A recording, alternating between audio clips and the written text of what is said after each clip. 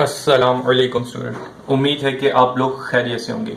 बेटा इस वीडियो के अंदर हम लोगों ने क्वेश्चन नंबर 4 स्टार्ट करना था, लेकिन इसके अंदर एक इंपॉर्टेंट टॉपिक है जो आपको पता होना चाहिए, तो लिहाजा उसको पहले एक्सप्लेन करूंगा, उसके बाद फिर ये जो दो क्वेश्चन है इसके मैं वो करवाऊंगा। ठीक है बेटा, आपको जो इसमें करना है वो बेसिकली डायरेक्शन ऑफ कोसाइन पढ़ना है। ठीक है, लेकिन इससे पढ़ने से पहले आपको एक डेफिनेशन पता होनी चाहिए, पोजीशन वेक्टर। पोजीशन वेक्टर की बहुत ज्यादा डेफिनेशन होती है, लेकिन जो यहाँ पे आपके काम आने वाली है वो आपको याद होनी चाहिए। ठीक है, तो वो कौन सी है? वो जो डेफिनेशन वो मैं आपको यहाँ पे लिखी हुई है, जो आपके काम भी आएगी। ठीक है, और अक्सर एमसीक्यूज के अंदर भी पोजीशन वेक्टर की डेफिनेशन पूछी जाती है। तो the vector which start from origin, ठीक है, ओरिजिनल मतलब क्या होगा? Initial point is called position vector. ऐसा वेक्टर जिसकी जो स्टार्टिंग यानी कि जो टेल होती है वो ओरिजिन पे हो। मिसाल के तौर पे आपको बस एक बात भी यहाँ पे बता दूं कि एक वेक्टर जो होता है आपको पता है कि उसकी ये जो टेल होती है एक, और ये एक इसका आखिरी जो एरो बना होता है ये इसका हेड होता है। इसको ये जो टेल होती है इसको हम इनिशियल पॉइंट कहते हैं। ठीक है, ये इनिशियल पॉइंट होता है, और इसको हम टर्मिनल पॉइंट कहते हैं। टर्मिनल पॉइंट भी कहते हैं, जो अक्सर आपके क्वेश्चनों में आ रहा होता है, तो अक्सर बच्चे कंफ्यूज हो जाते हैं। तो लिहाजा हेड पॉइंट को टर्मिनल भी कहते हैं, और इनिशियल पॉइंट यानी कि ये। अच्छा जी, ऐसा पोजीशन वेक्टर किसको बोलते हैं? ऐसा जिसका जो इनिशियल पॉइंट होता है वो ओरिजिन से स्टार्ट हो। ओरिजिन का मतलब क्या होता है? जहां पे 0 0 आपके पास हो, एक्स वाई जेड की वैल्यू 0 0। अब इसको समझाने के लिए मैंने एक ग्राफ को ड्रॉ किया है। ठीक है, एक्स एक्सिस, वाई एक्सिस और जेड एक्सिस का। ठीक है, अब इसमें मैं एक पोजीशन वेक्टर आपको ड्रॉ करके दिखा रहा हूं। ये एक वेक्टर ड्रॉ किया, ये देखिएगा। ठीक है, अब इसकी जो टेल है वो ओरिजिन पे, यानी कि यहाँ पे एक्स की वाई की वैल्यू जो है वो 0 0 है। ठीक है बेटा, आपको पता है ये कॉमा हट जाएंगे और ये ब्रैकेट आ जाएगा तो आई जे के आ जाएगा। ठीक है,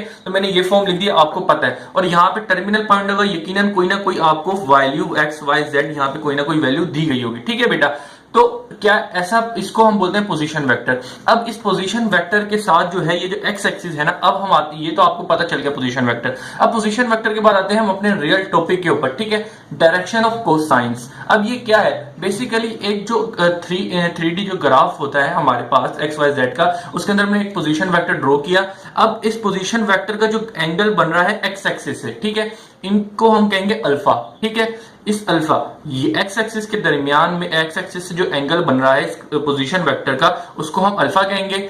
अच्छा जी, फिर इसके बाद हम आ जाते हैं वाई एक्सिस। अब वाई एक्सिस के साथ जो ग्राफ बन रहा है उसको हम कहेंगे बीटा।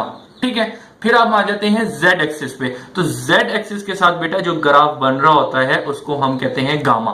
ठीक है, अब ये अल्फा बीटा गामा आपको पता होने चाहिए। अल्फा एक्स एक्सिस के साथ, बीटा वाई एक्सिस के साथ, और गामा क्या बन रहा होता है? ये वाला गामा तो जेड एक्सिस के साथ बन रहा होता है। ठीक है, अब आ जाते हैं डायरेक्शन ऑफ कोसाइन। बेसिकली ये जो एंगल नापने होते हैं एक, इन्हीं को हम कहते हैं कि डायरेक्शन ऑफ कोसाइन, जो पोजीशन वेक्टर से बन रहे होते हैं। तो लिहाजा ये एक फार्मूला है, ये फार्मूला आपको याद होना चाहिए। ठीक है बेटा, तो लिहाजा सबसे पहले मैं यहाँ पे फार्मूला लिख देता हूं ताकि आप याद कर लें। सबसे पहले आपको क्या पता होना चाहिए?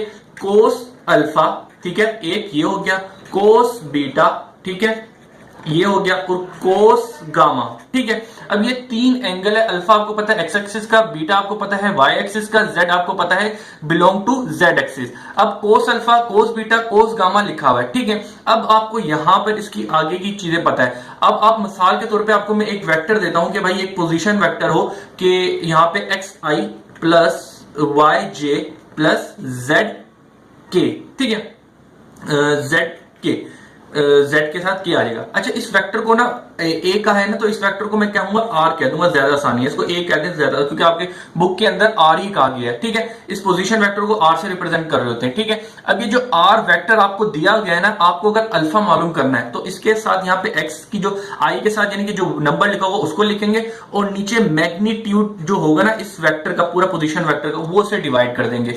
इसी तरीके से हम कोस बीटा पे आ जाते हैं। कोस बीटा का आपको वैल्यू मालूम करने के लिए जो वाई दिया होगा, जे के साथ जो वैल्यू लिखी होगी वो लिख देंगे, और divided by the magnitude of whole vector, ये पूरा ये होगा। इसी तरीके से हम कोस, इसके ऊपर आ जाते हैं कोस गामा, यानी कि जो जेड एक्सिस के साथ जो एंगल बन रहा होगा उसका, तो उसका जो फार्मूला होगा बेसिकली जेड और डिवाइडेड बाय डिटरमिनेंट ऑफ हमारा जो दिया गया हुआ। ठीक है बेटा, इनको हम क्या बोलते हैं? Direction of cosine.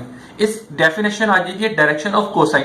अक्सर आपको बुक के अंदर कहा गया है कि डायरेक्शन ऑफ एंगल्स। तो जब ही आपके पास कहीं एंगल की बात आ जाए तो आपने घबराना बिल्कुल नहीं है। बस ये एंगल का मतलब है कि अल्फा बीटा गैमा मालूम करके बताओ। तो लिहाजा आपको अल्फा मालूम करने के लिए क्या करना पड़ेगा, कोस इनवर्स को यहां पे भेज दोगे, एस इसका यहां पे बिल्कुल ठीक है। यहां पे यकीनन कोई ना वैल्यू होगी, आप निकाल सकते हो। इसी तरीके से बीटा डायरेक्शन ऑफ एंगल, अक्सर आपके पास क्योंकि ये चीज आ रही होती है, कभी एंगल क्वेश्चन में भी आ जाती है, डायरेक्शन ऑफ कोस बोल, डायरेक्शन ऑफ कोसाइंस बोलते तो आपने कोस अल्फा मालूम करके देना है, ठीक है। अगर आपको डायरेक्शन ऑफ एंगल्स बोल दे तो अल्फा मालूम करना है, बीटा और गामा, यानी कि कोस का उधर जाके इनवर्स करोगे तो अल्फा की जो वैल्यू होगी वो आपका आंसर होगा, ठीक है। तो इसी तरीके से यहां पे भी कोस इनवर्स हो जाएगा और यहां पे y डिवाइडेड बाय डिटरमिन ये आ जाएगा, ठीक है। यानी कि जो बिल्कुल ये चीज थी वैसी का वैसी आ गया, इसको बोलते हैं मैग्नीट्यूड, ठीक है जी। अब इसी तरीके से गामा अगर आपको मालूम करना हो तो कोस का इनवर्स हो जाएगा और यहां पे z डिवाइडेड बाय r का मैग्नीट्यूड आ जाएगा, ठीक है बेटा।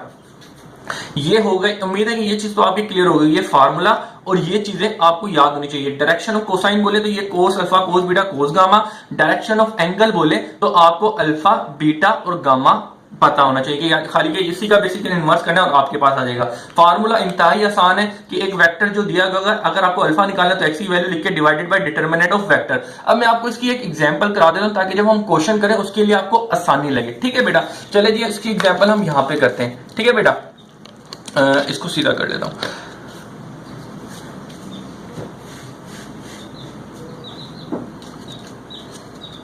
अच्छा जी बेटा, मिसाल के तौर पे एक मैंने पोजीशन वेक्टर ले लिया r, ठीक है। इसके अंदर वैल्यू दे देता हूं 2i plus 4j minus 3k, ठीक है बेटा। ये एक वेक्टर है हमारे पास, ठीक है, आई जे के फॉर्म में लिखा है। अब मैंने बोला मुझे डायरेक्शन ऑफ कोसाइन मालूम करके बताएं, ठीक है। तो आप मालूम कर लें डायरेक्शन, ठीक है, इसका नाम ही है डायरेक्शन ऑफ कोसाइन। वैसे ही आपके पास 5 नंबर के लिए तो अभी तक नहीं है, लेकिन एमसीक्यूज में ये आता है अक्सर, और ई कैट के लिए भी ये टॉपिक इंपॉर्टेंट होता है। तो लिहाजा आप समझ लें ताकि बाद में आपको ये आसानी हो।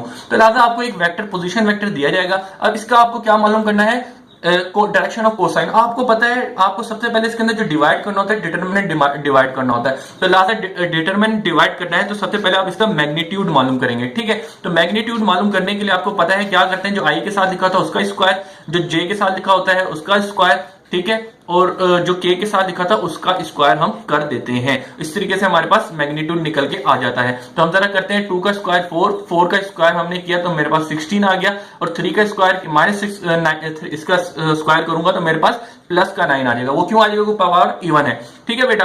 अब जरा आगे देखते हैं, तो 4 और 4 कितना हो गया 16, और 16 और 4 20 के 9 किया तो मेरे पास आ गया 29, ठीक है बेटा। तो ये आपने मालूम कर लिया मैग्नीट्यूड, ठीक है। ये तो आपका एक काम हो गया। अब आप आगे अपनी जो रिक्वायर्ड है यानी कि डायरेक्शन ऑफ कोसाइन। तो आपको पता है कोस अल्फा बराबर होता है x divided by magnitude of जो पोजीशन वेक्टर होता है। इसी तरीके से कोस बीटा, ठीक है, cos beta y divided by, ये आपको फार्मूला याद होने चाहिए, मैग्नीट्यूड। इसी तरह से cos gamma is equal to z divided by magnitude of r। अब इसके अंदर सिंपल वैल्यू आप पुट करते हैं। x की वैल्यू क्या है, i के साथ जो लिखा होता है हमेशा आपको पता है क्या होता है, वो x होता है। तो लिहाजा i के साथ जो लिखा होता है x वो 2 लिख दिया और डिवाइडेड बाय अंडर रूट 29, ठीक है। सिंपल, ये आपने एंगल ऑफ कोसाइन निकाल लिया, सिंपल। इसी तरीके से अगला आ जाते हैं। तो अगले में क्या है, y की वैल्यू क्या दी हुई है, j के साथ जो लिखा होता है वो y होता है। तो लिहाजा 4 divided by under root 29, simple. इसी तरीके से यहां पे आगे z की वैल्यू क्या है, z की वैल्यू k के साथ लिखी होती है, वो लिखिए -3, ठीक है, डिवाइडेड बाय अंडर रूट 29, ठीक है बेटा। अगर कोई परफेक्ट स्क्वायर होता है, कैंसिलेशन हो रही थी, आप कर देते, सिंपल बेटा। आपने ये डायरेक्शन ऑफ कोसाइन निकाल लिए। अगर यही आपको बोल देता डायरेक्शन ऑफ एंगल मालूम करके बताएं, बस आपने क्या करना था, ये कोस था, इसका इनवर्स निकाल लेंगे, आपके सामने आ जाएगा इंशाल्लाह। क्वेश्चन नंबर 4 जो है हमने उसमें करना, तो आपको इंशाल्लाह समझ आ जाएगा। सिर्फ आपको अभी डायरेक्शन ऑफ कोसाइन निकालना आना चाहिए। इंशाल्लाह उम्मीद है कि समझ आ गई होगा। और ये जो 3 फार्मूले हैं कि कोस अल्फा है तो x है और डिवाइडेड बाय डिटरमिनेंट, और कोस बीटा मालूम करना है तो y डिवाइडेड बाय y की वैल्यू पुट करो, डिवाइडेड बाय डिटरमिनेंट, जो आपने मैग्नीट्यूड जो निकाला होगा पोजीशन वेक्टर का वो डिवाइड कर लेना है। बेसिकली बेटा मैं अक्सर आपको मैग्नीट्यूड जो होता है उसको मैं क्या बोलता हूँ, मैग्नीट्यूड, मैग्नीट्यूड को मैं अक्सर आपके सामने डिटर्मिनेंट भी बोल रहा होता हूँ, ठीक है। डिटर्मिनेंट बेसिकली मैग्नीट्यूड की दूसरा नाम होता है। तो आपने परेशान नहीं होना,